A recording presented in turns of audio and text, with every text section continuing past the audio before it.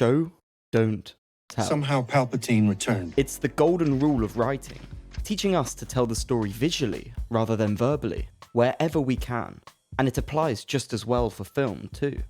But if we took it at face value, then we would never have had moments like this. I see dead people. Or this. Because we're the same person. Or even this. No, I am your father. So what does it actually mean? Well, verbal exposition is a crucial part of almost every film. As far back as I can remember, I always wanted to be a gangster. But sometimes, the picture is worth 1,000 words, and no dialogue can stand near the feeling that a moment of clever, careful filmmaking can create. So with that being said, today, we're looking at 3 creative techniques that can be used to apply the show don't tell rule: the montage, the motif, and the bookend. In Up, the opening sequence of Carl and Ellie takes us through their entire life together in just a few minutes. During this, Ellie herself is often seen in pink or purple, making the settings around the couple glow in a similar colour.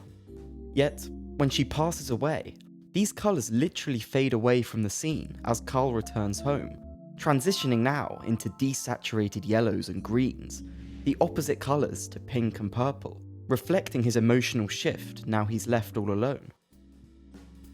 We follow decades of life, and the exact emotions felt at each different stage of that life, all spoken clearly without any words at all.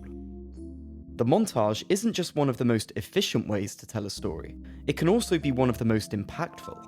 It can show everything, from heartbreaking changes to contrasting environments. But what about when it's used for creating comedy? It's not ready. Edgar Wright, too, is a master of the montage, where most directors would offer little more than a couple standard shots of the journey. Wright takes us through a comedic montage which shows us both PC Nick Angel's growing distance, as well as his own increasing boredom as he enters the countryside. It's a moment that didn't need any of this, as a simple transition or explanation of his journey would have conveyed the exact same message.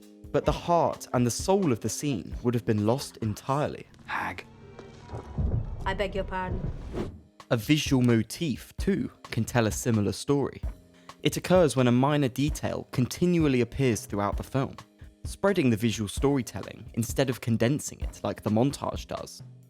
In La La Land, when we're introduced to the main character Mia, we see her looking enviously at this actress dressed in red. And it's from this exact moment that the colour becomes a symbol of her own desires. From the entrance of the club which contains Seb, to the colour of his jacket as they first connect, to the backstage area of the play she stars in, and all the way to the film's ending, where a flash of red guides her to her now ex-lover one last time. It's a minor detail, but one that subtly places us in her headspace, in a way that couldn't be replicated by any other means.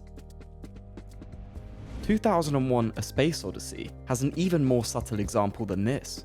If you pay close attention, you'll notice that throughout the film, circles and rectangles appear everywhere. From the circular planets, to the circular spacecrafts, to the circular star child that concludes the film. All of these things reflect the presence of humanity and the infinite cycle of life. But then on the other hand, the rectangular monolith and the rectangular walls at the end of the film, they represent the unnatural. And the only thing that breaks this motif? It's Hal.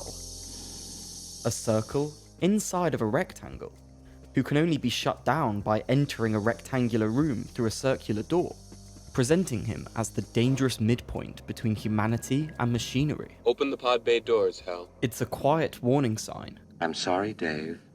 I'm afraid I can't do that. Created solely through what we see on the screen. What's the problem? A true masterpiece of visual storytelling.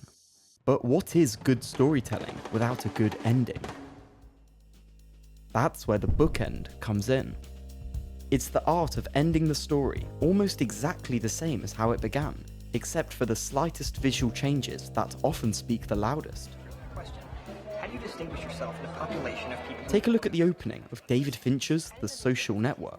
They don't. I wasn't talking about China anymore. I was talking about me. An electric conversation that cuts frequently between Mark and his soon-to-be ex-girlfriend. Or I get into a final flip. Even though he doesn't fit in with the crowd, the energy of the room is warm and buzzing, creating a lively, nostalgic feeling. Yet as the film progresses, his success comes at the cost of tossing aside almost everyone who cared about him, leaving him here.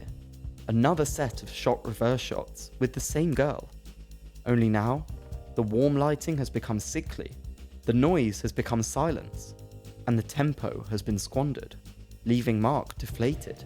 A complete juxtaposition, silently visualizing the character's ironic journey across the film, going from social to secluded.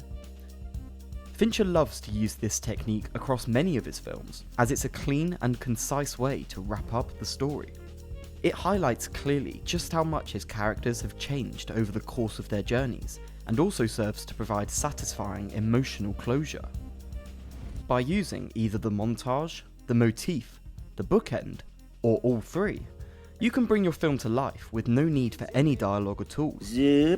And when you do put a limit on dialogue just like this, every word that is spoken carries that much more significance. He's looking at you, kid. So hopefully now you better understand how to implement the show don't tell rule into your work. If you have a favourite example already, be sure to let us know.